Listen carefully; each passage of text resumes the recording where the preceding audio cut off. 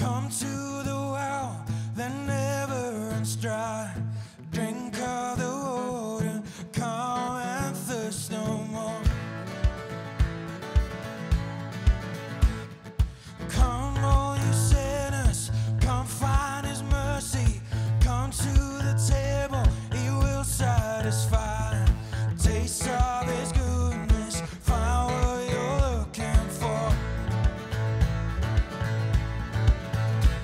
For God so loved the world that He gave us His one and only Son to save us. Whoever believes in Him will live forever. Bring all your failures, bring your addictions, come lay them down at the foot of the cross. Jesus is waiting there with open arms. For God so loved the world that He gave us His one and only Son to save us. Whoever believes in Him will live forever. The power of hell forever defeated. Now it is well. I'm walking in freedom. For God so loved, God so loved the world. Praise God, from whom all blessings flow. Praise Him, for the wonders of His love. Praise God, from whom all blessings flow. Praise Him, for the wonders of His love. For God so loved the world that He gave us His one and only Son to save us. Whoever believes in Him will live forever. For God so loved the world that He gave us His one and only Son to save us. Whoever believes in Him will live forever. The power of hell forever defeated. Now it is well. I'm walking in freedom. For God so loved the world. For God so loved the world that He gave us His one and only Son to save us. Whoever believes in Him will live forever. The power of hell forever defeated. Now it is well. I'm walking in freedom. For God so loved the world. Bring your failures, bring your addictions, come lay them down at the foot of the cross. Jesus is waiting. God so loved the world.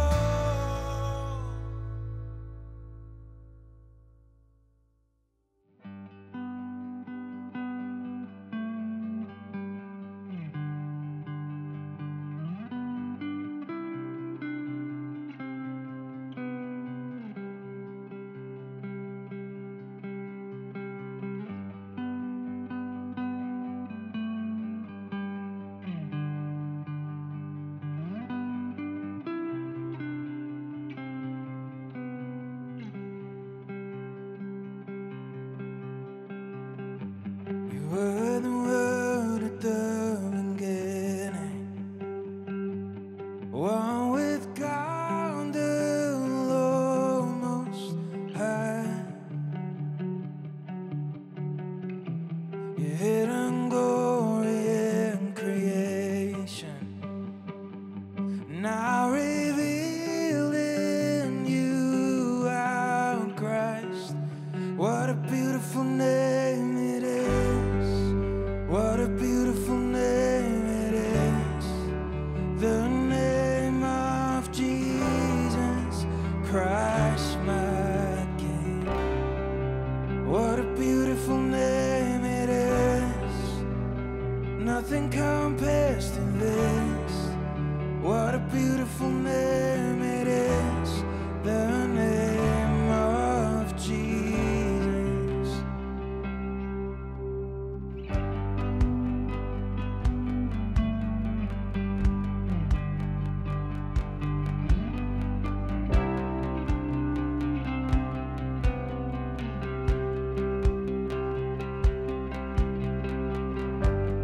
Didn't walk ever without us. So Jesus, you brought heaven down. Your sin was great, your love was greater. What could separate us now? What a wonderful name it is. What a wonderful name it is. The name of Jesus Christ, my King. What a wonderful name it is. Nothing compares to this. What a wonderful name it is. The name of Jesus. What a wonderful name it is. What a wonderful name it is. The name of Jesus Christ, my King. What a wonderful name it is. Nothing compares to this. What a wonderful name it is. The name of Jesus.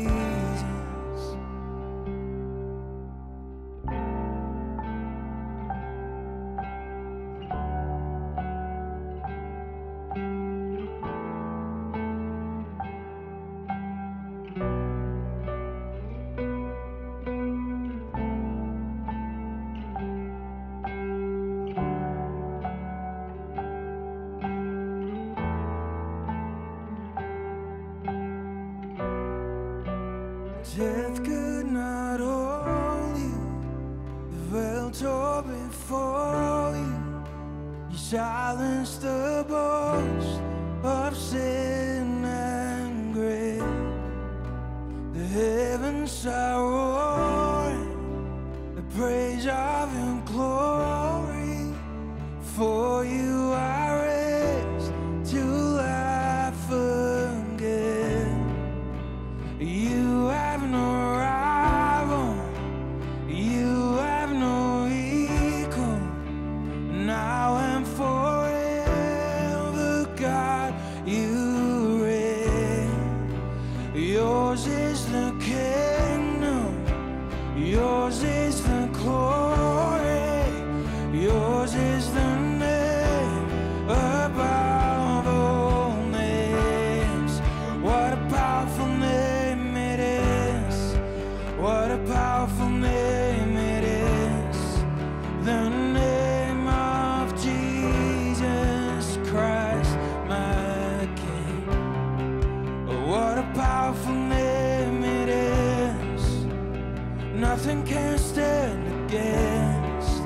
What a powerful name it is. The name of Jesus. What a powerful name it is. What a powerful name it is. The name of Jesus Christ, my King. What a powerful name it is. Nothing can stand against. What a powerful name it is. The name of Jesus. What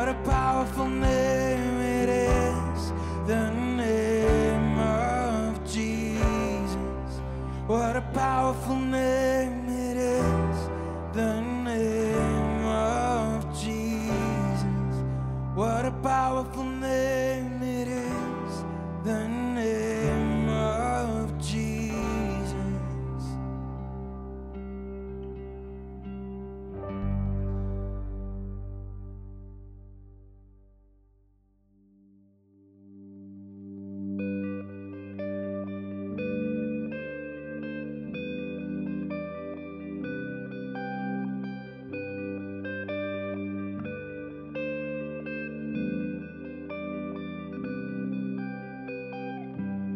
Met me at the sinner's table. I found you waiting by the well, unexpected. You were always there, tracing all my steps. Light up the way of your heart. Move me like you to the mountains. Move me like you to the wind. And I'll chase your voice through the dark. Fix my eyes on the unexpected and the wonder of your shadow step. So take another step.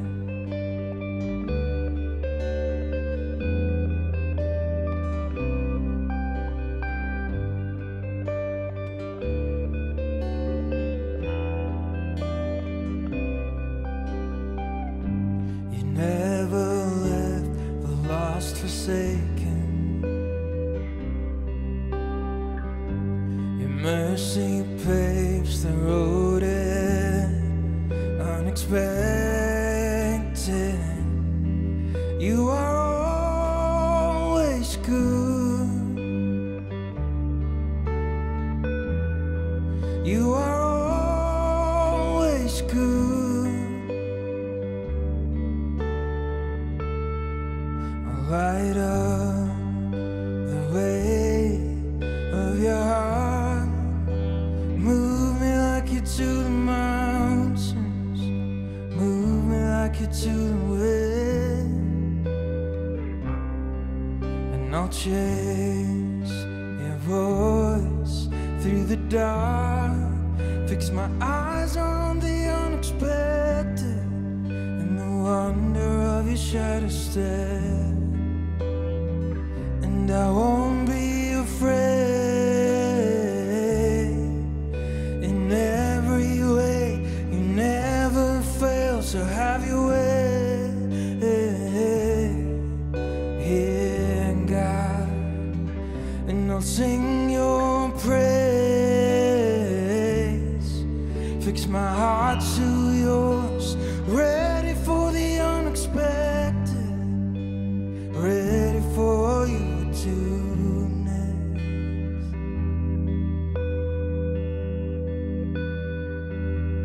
I can't explain your heart,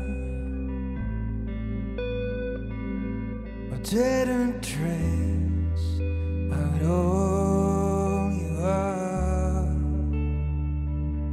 But when I think about the road you took for love, I know your grace will stay the path. I can't explain your heart, I didn't trace out all you are. But when I think about the road you took for love, I know your grace will stay the path. And light up the way of your heart. Move me like you to the mountains. Move me like you to the wind. and I'll chase your voice through the dark. Fix my eyes on the unexpected and the wonder of your shadow step. And I won't be afraid. In every way, you never fail, so have your way.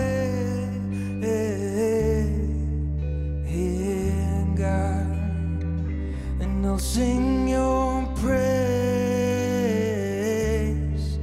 Fix my heart to yours, ready for the unexpected, ready for you to next. So take another step.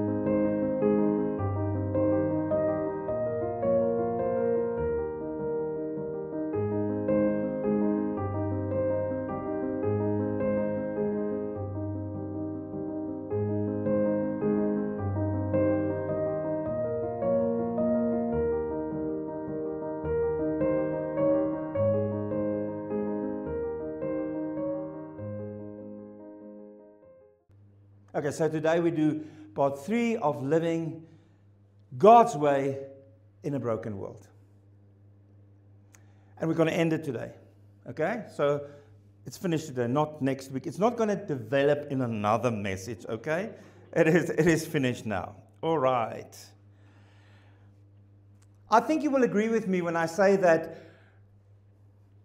we don't just live in a broken world. We live among broken people. Amen? In a way, we are all broken in some way or another. That's why we need the Lord. Because the Lord is the one that actually makes us whole again. And the problem is that when you live in a broken world and when you live among broken people, things are not always the way it should be. Amen? People don't always treat each other the way they should treat each other. And you know what? What I see and what I find is that gratitude has made place for entitlement in the time that we are living in. Even though we are so connected, more connected than ever before. You see, gratitude, not always, not everywhere, In fact, I think gratitude, true, authentic gratitude, is scarce in today's world. In a world where people live entitled. The other thing that I see is that we are so indifferent to people's hurt and to struggle. And I think the reason for that is we have become numb to people's hurts and struggles because we see so much of it. So we just pass it by. So what has also faded away is compassion. Because the world has become indifferent. And two things that is so important for we that say that we belong to Jesus Christ, that we are His followers, is gratitude and compassion. We sang this morning, it's only by the blood. And if you focus on the words, then there should be gratitude in your heart and in my heart. Because then we realize, I wouldn't have been here except for the grace of God. Everything that I am, everything that I have, is because of the grace and the mercy of God. Amen? Jesus had compassion for me. He had compassion for you. That's why He gave His life on the cross. He never, ever was indifferent. His heart was moved by people's struggles, by people's pain. Actually, His heart was so moved by the fact that we were lost that He gave His life.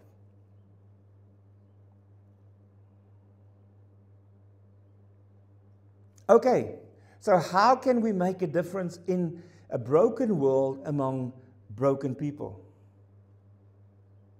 The only way is if we start to live God's way. If we live in a way that's different from the broken world. If we treat people in a way that's different how broken people treat each other. Amen? So let's go back to the verse that we use for this whole mini-series. Matthew 7 verse 12. Do to others whatever you would like them to do to you. This is the essence of all that is taught in the law and the prophets. I would want to read it from the New English Translation again. In everything, treat others as you would want them to treat you, for this fulfills the law and the prophets. And as I said in the previous 2 Sundays, in one single sentence, Jesus actually distills the entire Old Testament laws and all the prophetic teaching into one simple principle. Do to others what you want them to do to you. Not as we know it. Do not do to others what you don't want them to do to you, because that is passive. What Jesus is saying is active. Take initiative.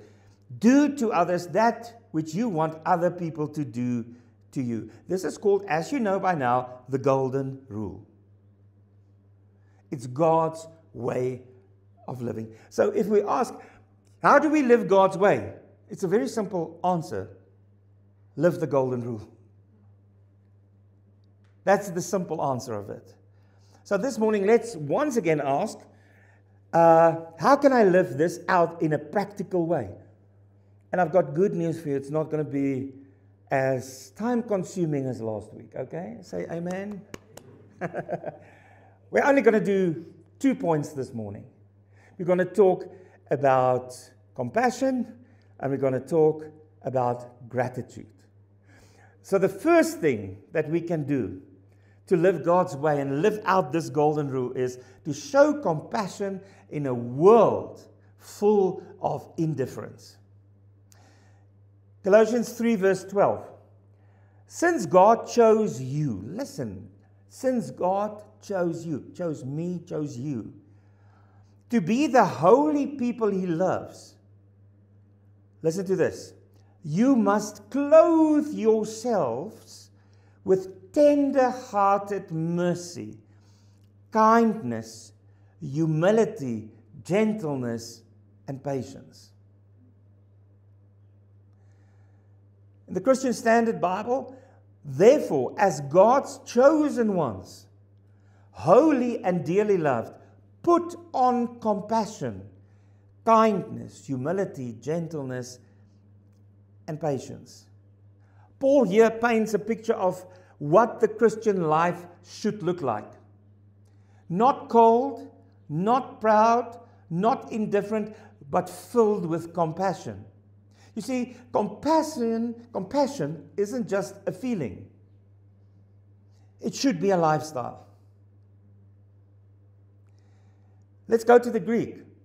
The literal meaning of compassion in the Greek is that it refers to something that so deeply moves you so that you act on it. That's what compassion is. And if you hear that and you look at Jesus, you see that's exactly how He lived when He was on this earth. He was moved by people's struggles and by people's pain and everything. And He wasn't indifferent about it. No. He acted on it. Every time the Bible tells us that Jesus was moved with compassion, it was followed by action by Him. He touched the leper. He fed the hungry. He healed the sick. He comforted the lost. We can make a long list. He was the ultimate example of what it is to have compassion. And if I want to be like Jesus, then I should have compassion in my life. Okay? The problem is the world has become so indifferent. There are so much news of war and poverty and tragedy that it barely moves us anymore. Say amen about that. We see it on our screens. We read it. And then we just go on. We walk past people's struggles and people's pain. And we just continue with our lives. That's not God's way of living. God wants us to be like Jesus. So God wants us to have compassion. Yes, let's be honest. You and I can't remove all the pain and all the struggle and everything in this world. But we can make a difference. We can, even if we make a difference in one person's life, we have made a difference. Amen? It's interesting that Paul actually used a principle, an image here for this principle. He says, clothe yourself with compassion. It's like you take a coat and you put on a coat, or you take clothes and you put on clothes. So it means it's a deliberate action. It doesn't always come naturally. I have to put on compassion. And you know, the New Living Translation translates compassion with tender-hearted. That is the other meaning of compassion. It's, if I'm hard-hearted, I won't be moved by anything. Amen? But if I'm tender-hearted, then I'm moved by struggles and by pain and difficulties in other people's lives and in the world. And I won't be indifferent. So in other words, what Paul is actually saying, he's saying, choose compassion. So we actually have a choice in this world. We can see all the pain and all the struggles, and then we can choose to be indifferent, or we can choose to have compassion. And God wants us to have compassion. Yeah, he wants us to put on compassion. Let's go to 1 Peter 3 verse 8. Finally, listen to this. Now Peter is talking here he's speaking to the church actually here. And he's saying, all of you should be one of mind. Listen to this now. Sympathize with each other. Love each other as brothers and sisters. Be tender-hearted and keep a humble attitude. Let's read it once again in the Christian Standard Bible. Finally, all of you be like-minded and sympathetic. Love one another and be compassionate and humble. This is God's will for the church.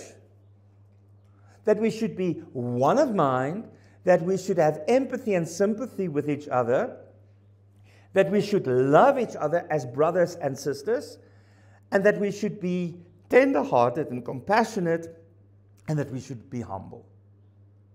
And let's be honest, when you see those things inside a congregation or inside the church, there will be unity. It's when you don't see these things then that there is disunity.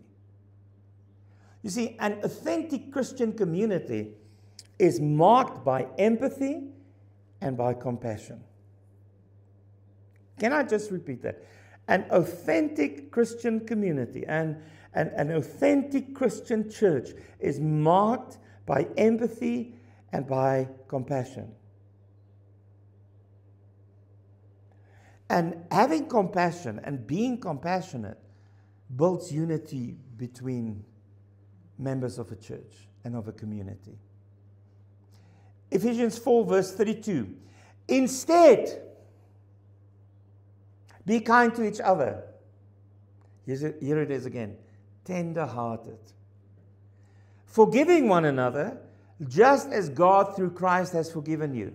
The Christian Standard Bible once again. And be kind and compassionate to one another, forgiving one another, just as God also forgave you in Christ. And this is very interesting. Now Paul takes compassion and he binds it to what? Forgiveness. So what he's actually saying is that compassionate people should be quick to forgive.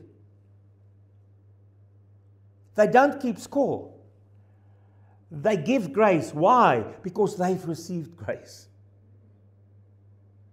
So why does compassionate people be quick to forgive? Because they realize where they've been. They realize that they make mistakes. They realize that the world is imperfect and people is imperfect. Amen? And remember, do to others what you want them to do to you. So if I've wronged someone, what would I want them to do to me? I would like them to forgive me and be gracious and merciful towards me. Amen? You too?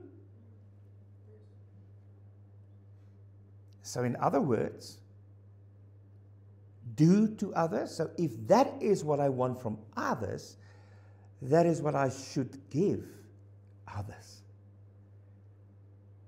So I should take initiative to forgive, to extend grace and mercy. And yes, that doesn't mean it's easy. The bigger the hurt, the more difficult it is to forgive. Amen? But it's not an excuse not to forgive. It's not an excuse not to forgive. Psalm 145 verse 8. Now talking about the Lord. The Lord is merciful and compassionate, slow to get angry and filled with unfailing love. So, in other words, compassion is part of who God is. Compassion is part of the Lord's character. It is part of who He is. And our compassion flows from the heart of God. Can I tell you something? And I really do believe this personally. The closer we get to the Lord, the more compassion we should have.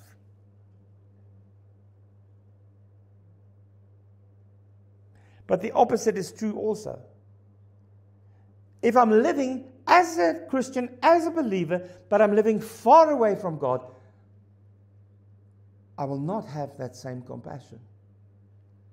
The more I get into God's presence, the more I get into God's word, the more I become like Jesus, the more passionate I will become.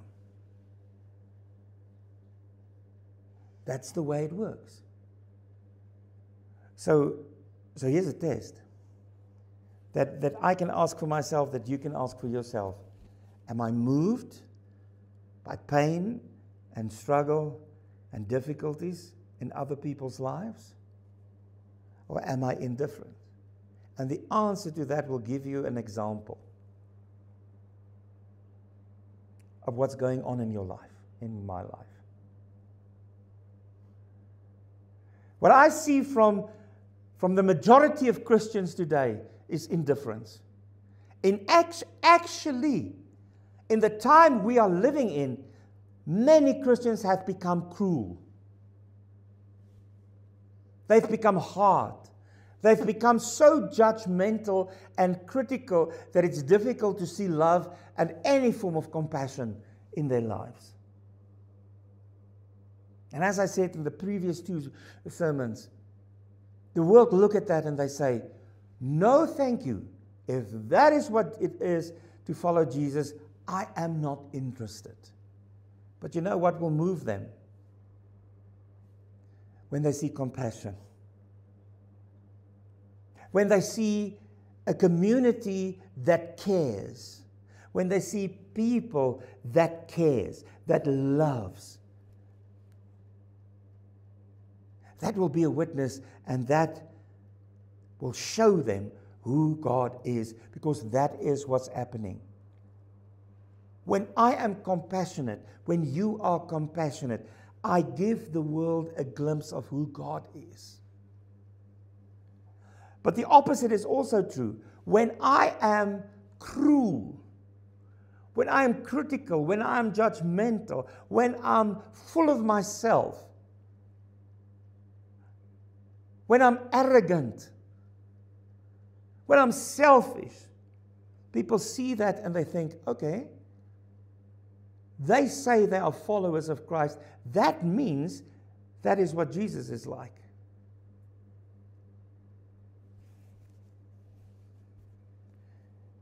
And that's the problem. You see, people are not moved by our words.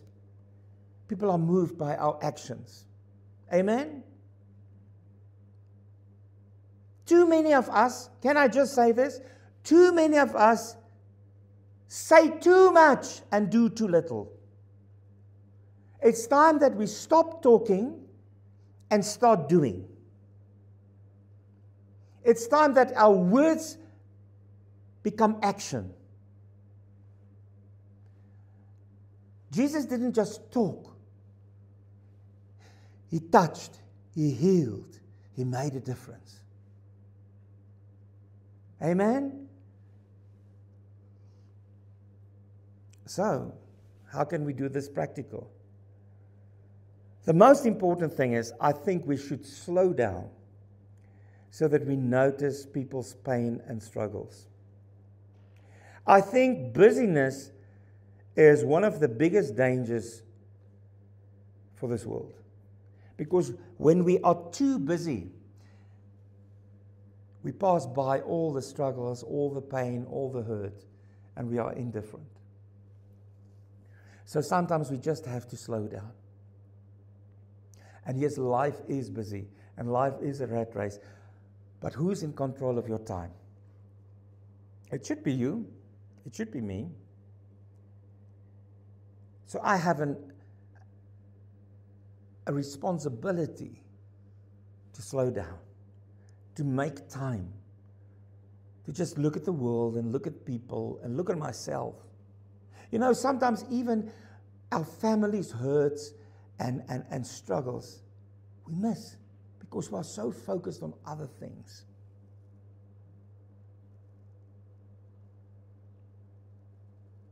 Sometimes we miss it because we are so judgmental or critical towards our families. Sometimes we miss it because we are just so focused on ourselves. That's not God's way. So let's slow down enough to see what's going on in our families, in your workplace, in the church, our church, but also the church in the whole, and in our communities. We all are part of a community somewhere. And you know what is important when we talk about compassion? Instead of saying someone should help, realize you are the person that should help. You know, that's a thing that we often forget. When I see something and I get moved and I say, okay, someone should help, someone should do that, or someone should do this. What God is actually want to tell me is, I want you to do that. If you notice the issue, God wants you to make a difference. If you notice the hurt, or the pain, or the struggle, or the poverty, or whatever, God wants you to make a difference. We probably won't be able to solve everything, but we can make a difference. But you know what? When we talk too much, we don't make a difference. Because then it's pop, pop, pop, pop, pop, pop, pop.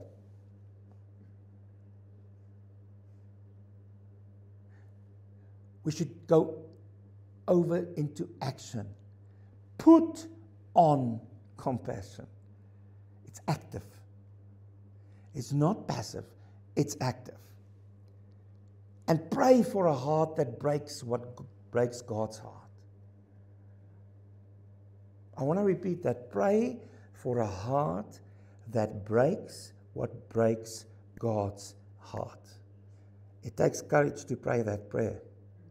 But let me tell you one thing. If we start praying that prayer, God will open our eyes. And we will start treating people in a different way.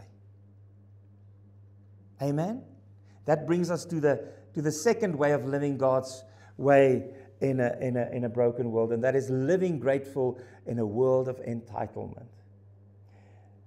1 Thessalonians 5 verse 18 says, "Be thankful in all circumstances, for this is God's will for you who belong to Christ Jesus." You see, gratitude is not a reaction. Gratitude is actually a choice. That is why the Bible tells us to be thankful. It's a command. It's imperative. And so important, listen to this. Paul doesn't say here, be thankful for all circumstances. What he's saying is, be thankful in all circumstances. It's difficult to be thankful for all circumstances. Amen? But I can be thankful in all circumstances. Why? Because gratitude is not based on what happens to me. It is based on what is happening in me and what God is doing for me. I want to repeat that again. Gratitude is not based on what is happening to me, but gratitude is based on what is happening in me and what God is doing for me. So I can be in difficult situations. And I can be grateful and thankful. Why? Because God is with me. God is helping me. God is doing something in me during the time that I'm spending in that season. And He gives me grace, and He gives me mercy, and He gives me strength. And He does a lot of things for me. Amen? So gratitude is much more than a feeling. It's obedience. And I think that's where the problem is. We think that gratitude is a feeling. So today I feel thankful, tomorrow I don't feel thankful. But it's actually a choice. And the world has become so entitled. I deserve everything. You deserve everything. That's what the world tells us. So we hear that message over and over and over and over and over again. And then what happens? I want everything. I want to be the center of attention. I deserve this, and I deserve that, and I deserve this, and I deserve that. And if I don't get it, then I'm angry, and then I'm upset. Actually, if we understand grace, we don't deserve anything. Amen? Everything that God gives me, everything that God does for me, everything that God gives you, everything that God does for you is grace and it's mercy. It's not because I deserve it or because you deserve it. So what should be my response to that? Gratitude. Amen? It's God's will that I should be thankful and grateful, even in difficult circumstances. And you know it and I know it. The devil will attack me and you when we are in difficult circumstances, and he will say, where's God now? Why is this happening to you? You don't deserve to go through this. You know it and I know it. We've all experienced it. And then I should make a choice to focus on what I have and what is there instead of focusing on what is missing. You see, the devil wants us to focus on what is missing.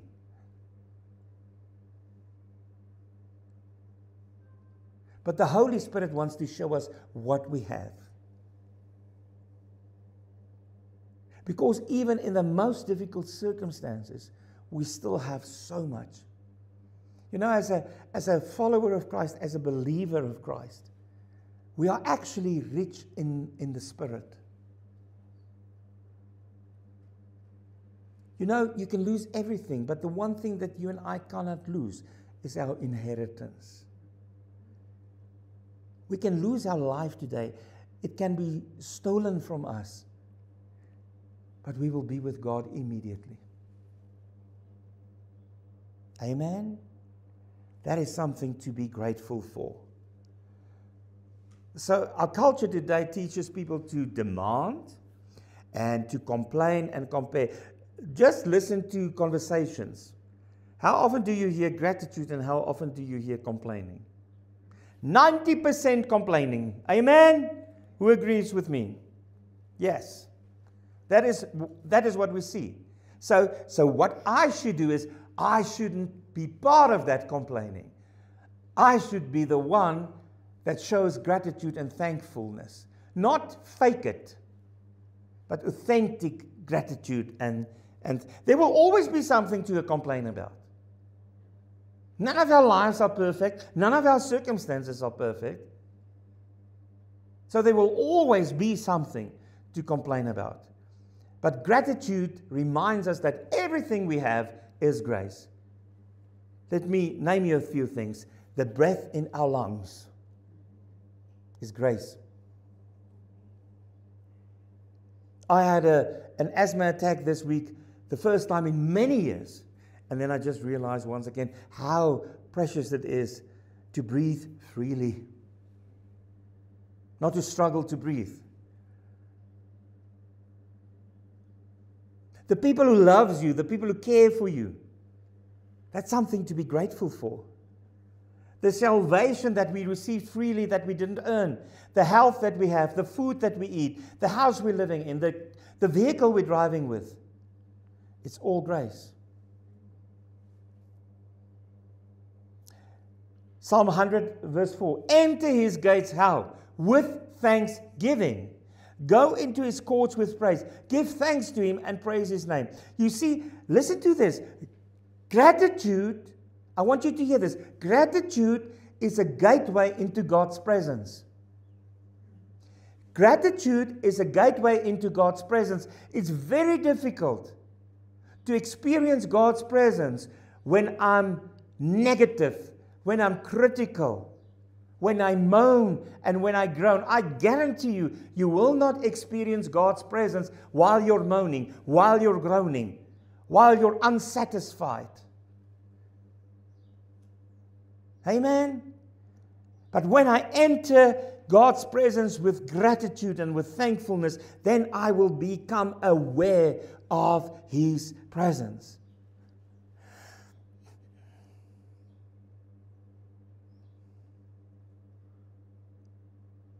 And when we are grateful and we thank God for what He does for us and who He is, then we align our hearts with God's goodness. There's a song that says, God is good all the time. Not just sometimes. The issue is that sometimes I don't see His goodness. Or sometimes I don't experience His goodness because I'm focused on something else. So when I remember God's faithfulness, when I remember God's goodness, it will move me to gratitude. So here's a practical way. When others complain, shine with contentment. When others moan and groan, witness about all the things that God is doing for you. And here's another thing that we can do. And I guarantee you, if I do it and if you do it, if we start tomorrow and we do it every day for 30 days, I promise you, we will be much more grateful people. Every morning, start the day by thanking God for one or two things. And if you tend to be a negative person or become easily negative, start with a gratitude journal. And you start writing it down every day, one or two or three things that you can be thankful for. Another way, another practical way is to express gratitude to other people. Thank you makes a heartfelt thank you. Let me just say that. Not a faked thank you, but a heartfelt thank you really makes a difference. But it's easy to say thank you and be passive. So the next thing is show gratitude in practical ways. Show gratitude towards people in practical ways. Show gratitude towards God in practical ways. And instead of complaining and moaning and groaning, when you and I find ourselves in a hardship, let's focus on what we have and let's ask ourselves, what is God teaching me in this season, in this moment? Somebody said to me the other day that God, everything happens for a reason. I don't necessarily agree with that statement. Because that makes God the villain. What is true is that God uses everything for a bigger purpose. Amen? And everything is allowed. But He's using everything. So I can ask, yes, I'm going through a difficult season, and I struggle, and it's not nice, and I don't want to be here, but Lord, what do you want to teach me in this moment? If you look back in your lives, it's the difficult seasons that made the biggest changes in your lives. Amen? That made the biggest differences in my life, in your life. You know, it's difficult seasons that make us slow down, that make us evaluate life again, that make us evaluate our relationships again, that make us evaluate our relationship with God again. I want to end with this. We indeed live in a broken world. We cannot ignore that. That's part of the result of the sin that took place in Eden. But You and I, as God's people, are called to live differently and to shine a light in this dark world. He said it to us over and over and over and over again in the past. So in reference to what he's talking about this morning, when others are cold and indifferent, let you and I choose to be compassionate. Let us show compassion. Let us put on compassion. Let us be tender-hearted. And when others are entitled and demanding, let you and me choose to live with gratitude in our hearts.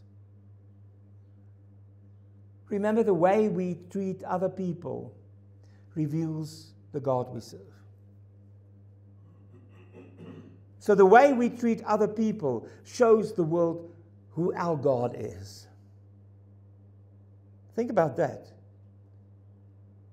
So we should show the world who God really is. He's a God full of compassion and grace and mercy and love, and I can make a long list.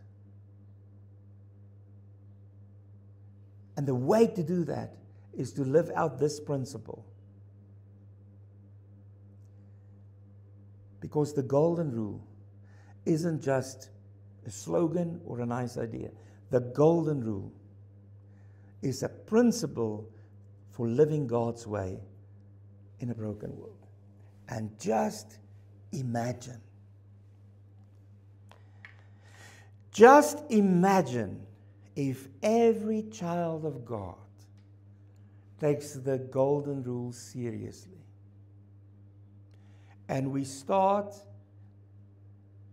to live it out. We begin to put it into practice, little by little, every single day. We will make a difference. We will be a beacon of hope and a beacon of light in a world of despair and a world filled with darkness.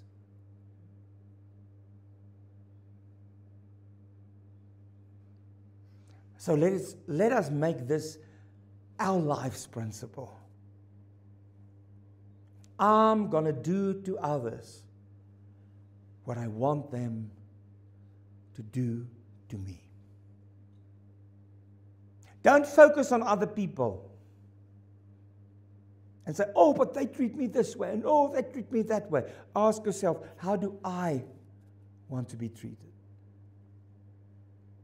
And then you treat other people that way. And we will show the world what Jesus is like when we do that. Let's make it the motto of this church. To do to each other, because that's where it begins, to each other, and do to others what we want them to do to us. So it begins here, that we should treat each other the way I want the other person in this congregation to treat me. At home, in our families, at work, and out there in the world. And you know what will be the byproduct? Not just that we will make a difference, we will become more happy people. And we will live with more peace in our hearts. Amen. Let's close our eyes. Lord Jesus, you are the ultimate example of compassion. You were moved by people's hurt and struggles and pain and sickness and disease and whatever.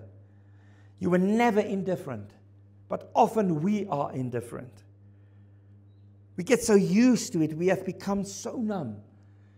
And we ask you this morning to forgive us for that. And we ask you, Lord, to help us to every single day put on compassion. Help us to live tender-hearted. Help us to show the world who you are and what you are like. And Lord, the world is moaning and groaning and complaining, and we learn to be entitled.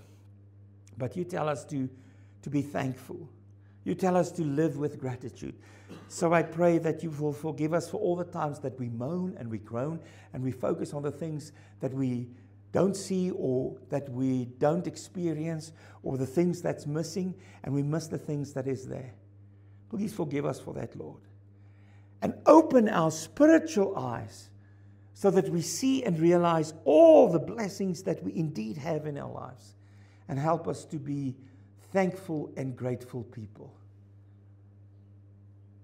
Just this morning you told us that everything is about the blood. It's all because of the blood. So we have that reason to be grateful and thankful. And when we go out from this building this morning and we go into the world, we go with you in our hearts, Lord. And we are so grateful for that. Your Spirit, your power is alive in us. So when we have to put on compassion, and when we live with gratitude and thankfulness, and when we start living your way, the way you taught us in the past 3 weeks, we have your Spirit to help us and guide us and give us strength. And we are so grateful for that. We bow down before you this morning, Lord, and we confess we want to start living your way in this broken world. Please, please help us. I pray your blessing now over everyone. I pray your protection over everyone. And I pray your guidance for everyone. In Jesus' name, amen. Amen.